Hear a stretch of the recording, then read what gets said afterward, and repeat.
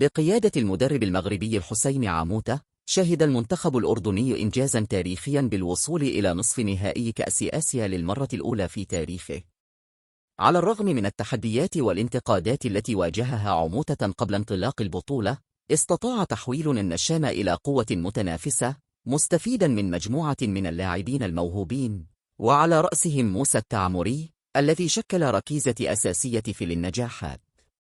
تميز عمل عموتة بالاستفادة من الأسلوب الهجومي والتوازن الذي ظهر به الفريق في المباريات، حتى واجه التحديات الصعبة. وقد رافق هذا الإنجاز دعم قوي من الجماهير الحماسية التي ملأت المدرجات وشجعت الفريق بشكل مستمر، مما أضفى جواً إيجابياً على أداء اللاعبين.